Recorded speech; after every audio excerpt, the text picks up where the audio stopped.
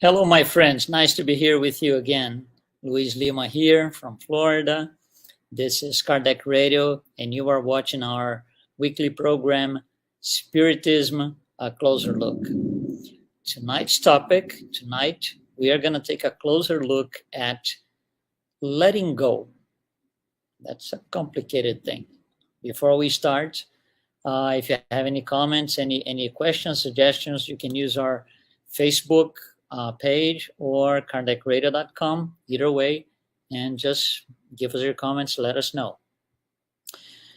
This topic is actually part of the Spiritist codification in a big way.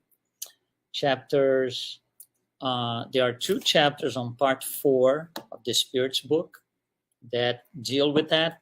Part 4 of the Spirits book is called Hopes and Consolations. There are two chapters with several questions, very extensive coverage on the subject, very interesting, by the way. And part 4 of the Spirits book later on is going to be extended, and it becomes the book Heaven and Hell. So there's Heaven and Hell is a thick book, you can see here.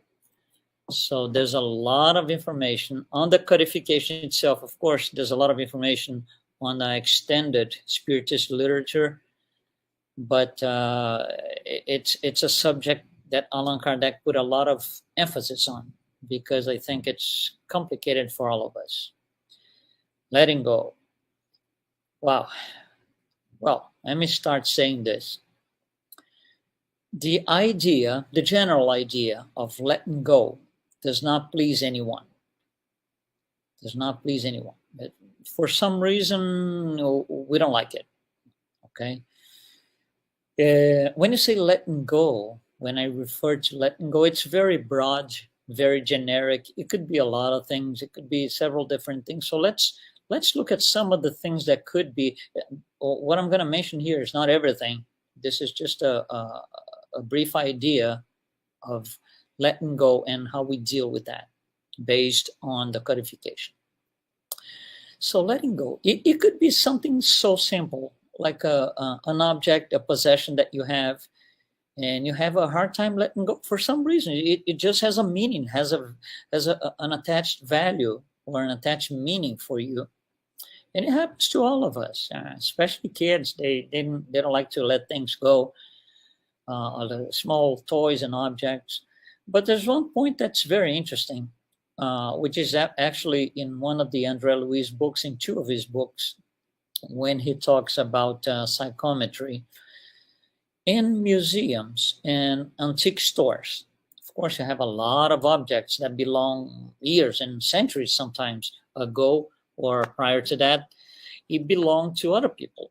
And, these people died, and whoever was left in charge either didn't see the same value or they just wanted, to sell, whatever reason. So these things go to museums and antique stores.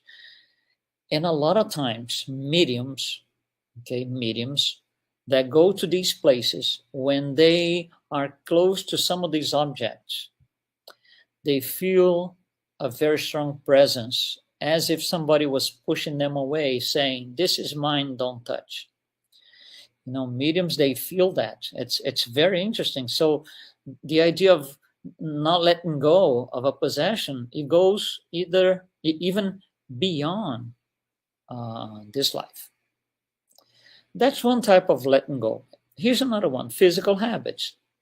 It involves chemistry in the body, physical dependency. So, smoking, drinking, drugs, anything like this. They are habits that are very complicated. People, whoever gets into those things, they have a hard time getting out of it. It's very difficult. It's a physical habit. Another type of letting go is letting go of people, but not death. Not death, just letting go of people. For example, you have a very close friend or colleague or co-worker that you're really close to, and they move out. They go to another job, they go to another city, another country. So that's a letting go. You have to, they will go, or sometimes it's the other way around. You are going somewhere. And of course we're going to feel, because we like those people. We would love to continue being with them, but because of life circumstances, we're not going to, it's not going to be possible. So sometimes we do have a hard time letting go that kind of situation. And especially one that's especially difficult is for parents when their kids go away to school, college, whatever school it is. Parents have a hard time. It's kind of, I'm losing a part of me. Very difficult for us to deal with. And it's just part of life. In a way, we don't want them to stay under our arms and umbrellas for life. Of course, we don't want that. On the other hand, we don't want them to go. So it brings up a clear conflict of emotions here for parents, especially parents. So difficult. Here's another one, non-physical related habits. So something underlying at the emotional level, spiritual level, either, they play a role against ourselves when we are trying to become better people. They will come our way, cross our way, and make things difficult for us. And this is the letting go of hatred, envy, pride, selfishness, intolerance, impatience, in general, vices. These vices, they have been around with us for several lives. It's not something that started 2 decades ago, 3 years ago. No, they have been following us, if you will, for several lives. It's hard to let them go. We have a hard time with that. And probably the worst of all, the most complicated and difficult and the most challenging, to say the least, is the loss of a loved one. And that is really complicated. It involves physical pain at times for certain people, very deep emotional pain for others. Of course, it's not the same thing for everyone, but it is a complicated process. All of these types of letting goes, per se, that we mentioned here briefly, they all have a common denominator. All of them, at different degrees, but they all have a common denominator, which is they cause suffering at a certain degree. More in some cases, less in others. It's not the same for all people, but all of them, they cause suffering and discomfort, to say the least. And that's where we start having all these internal conflicts about letting go. I don't want to let this go. I know I have to. Most of us know, especially us spiritists. I think it's so clear throughout the spiritist literature that we have to let things go, but still it doesn't mean that it's easy. Nobody's saying it's easy. It's not at all. So what's really holding us back? It's basically uncertainty. There's no assurance of what's going to happen. It's the unknown. Things are going to be under a new perspective. Am I ready for it? Am I not? All these things, they go deep into our souls, and it generates challenges. It creates challenges for us to overcome these things. In the book Heaven and Hell, Allan Kardec has a very interesting phrase, of course, guided by the spirits. They say, we carry with us our heaven or our hell wherever we go. That explains in part why it's so difficult. If some sort of loss, one of those that I mentioned, it doesn't have to be death of a loved one. It could be one of the other ones. But if that for us is a hell, I mean, I decided that this is complicated, very difficult. It's my hell. It's my Everest Mount that I have to transpose, and it's complicated. This is going to be with me wherever I go. Sometimes we don't want to stay in a house that somebody close to us passed, so we go somewhere else. But the lack of the physical presence of the person is still there. So I'm going to have to go through a healing process. Until I get past that healing process, It's going to be the same wherever I go. These letting goes, they are situations, and they are necessary stepping stones. If nothing ever changes, if we don't go through these things, we don't learn. For example, going through a death of, let's just say a parent, for example, or even a son, but let's say a parent. It might be complicated for some, traumatizing for others. It might not matter for others because they were not close enough to the parent. But still, it's a necessary stepping stone. I have to go past that.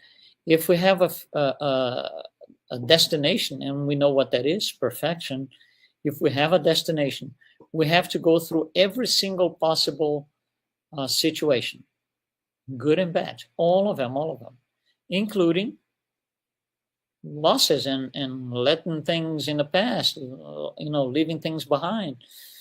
It's just part of our transformation towards perfection. We have to allow that. So these things, they should not bring us down. They do at times, but they should not bring us down. We should be alive inside with this, I would say, tenacious desire to be better, to live above all that. You see, death of a loved one, for example, is another experience. I'm not saying it's good or we shouldn't pay attention. That's not what I'm saying. But it's another experience. It's another milestone. Because now I know something that I didn't know before, for example. When a very close person to us dies, it could be a family member or a partner, life partner, something like that. It's another milestone. It's another experience. And we pile up experiences as we go along, and that's what makes us better. To be perfect, I have to have had that experience at least once. So it's just part of life. Life is always better than it seems, always. The problem is sometimes we are shadowed by our own inability to see goodness on things. So the word death for maybe 99.99% of the population means something negative, something that I don't see any good in that. It could be your perspective. Well, how about the person who was, say, suffering in a hospital bed for 6 months or 10 years? They might not have the same perspective that we do. They might, see it differently. So life is always better than it seems. We are the ones bringing ourselves down. As we become better, we can make others better. And that's one of the goals. That's the moral charity, making others better. But in order for that to happen, I need to become better first. How do I become better? Through stepping stones, through good and bad experiences that I'm going to go through, but I'm going to leave them in the past. I'm learning from them, but I'm not going to get stuck and live forever and ever on that day. Because we see spirits that discarnate, and in spiritist centers, they show up on their mediumistic meetings, and they're suffering spirits. They are invited over by the mentors of the center for the session. They show up. They start saying, I had a car accident. I'm waiting for help. And this has been for 400 years, 300 years. It's incredible. Just the other day, a couple of weeks ago, maybe, we ran a program on one of the stories here on the book Heaven and Hell about a monk called Benoit. I urge you to go and it's in the index. You're going to see Benoit, the monk. Read the transcript of his mediumistic communication. It's incredible. He doesn't even believe he can get better. So all these things, we have to allow us to be better so we can serve others, and then we get much better. We got to love ourselves to be lovable. If we don't love ourselves, we're not going to be lovable, because we're not going to attract that kind of energy. Hating ourselves brings hatred. So here's Spiritism, which comes to us as this great counselor, helper, if you will. It will bring, in the words of Allan Kardec, a new order of ideas that will facilitate us complying with this letting go needs that we have to, go through. Spiritism brings a new perspective on the facts of life. It makes us see things from a different light. There is another possibility always. There's never one possibility. There is at least another one. So let's look at least a second view, a second angle of things. So when we have to go through these letting go things, depending on how hard it is for us, sometimes we have the tendency to think it's an evil thing. Why am I being put in this situation? Why am I going through this? Well, I'll tell you one thing based on Spiritism. There is nothing evil about the concept of letting go. It's not evil, it's progress. It's what makes us better. It's what makes us better. And Spiritism is based on what? On a reference, on a moral reference. Where is that moral reference? Jesus brought it to us. It is based on the moral teachings of Jesus. And it's very clear, I think so by now, that Jesus, truly in our hearts, we can't go down. Jesus is this road of true goodness, the Spirit tells us. Jesus is this road of true goodness. With Jesus truly in our hearts, we can't be at war at ourselves. We can't. No way. We cannot be at war with ourselves. Internal conflict. With Jesus in our heart, truly in our heart. It's not possible. So, coming back to the most difficult of all these letting goes, which is the death of a loss of a loved one, loss of people who are really close to us. Some of these people, when they go, or before they go actually, they have to go through long processes, illnesses. A lot of people are in hospital beds, I just mentioned that, for several months, some of them several years before they're passing. It's really difficult for them and for those who are watching, the family members, colleagues, whatever, friends, those close to that person. So we all suffer. But Spiritism teaches one thing. That process is necessary for all parts involved. Okay, what are the parts involved? Well, let's mention some here. So we're getting an example of somebody who is in a hospital bed for, say, quite a few years. So who are the parts involved? The person who is about to pass,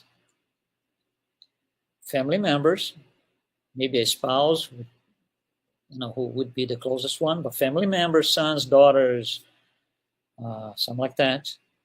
But not all of that. That's not all of it.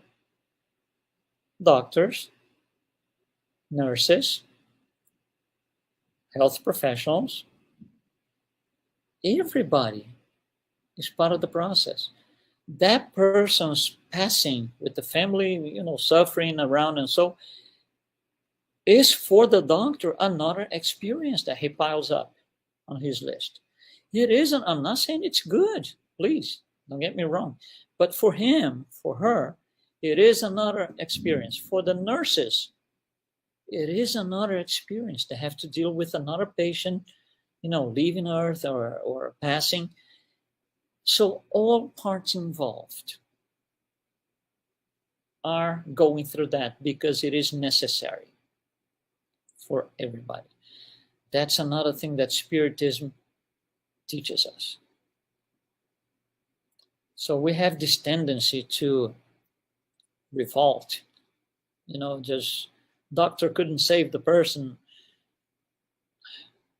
Please, we're all gonna die one day. There is no such a thing as this doctor is gonna extend my life until the end of times. There is no such a thing.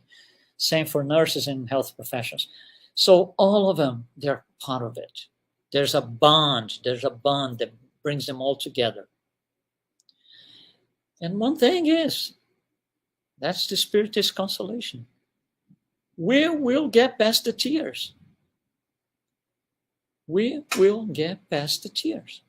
Absolutely. These letting go moments are milestones along the way.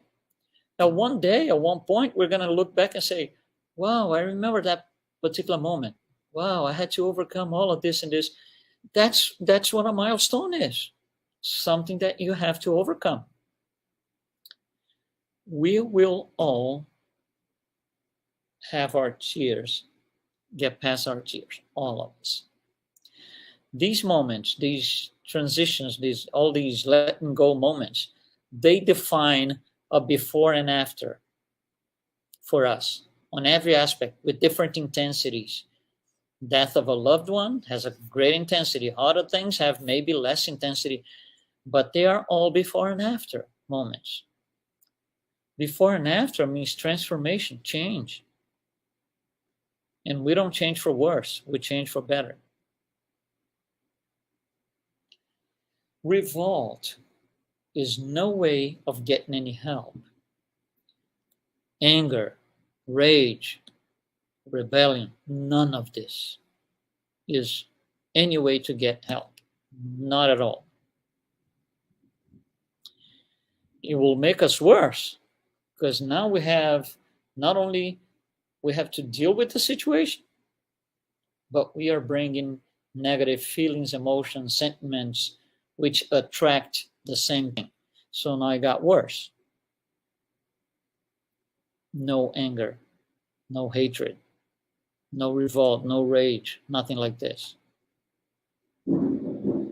So for us that are missing our loved ones, do you miss a loved one? I think we all do at a certain degree. Spiritism tells us, pay attention to this. Death is the future life. Death is the future life. Death itself defines what life is.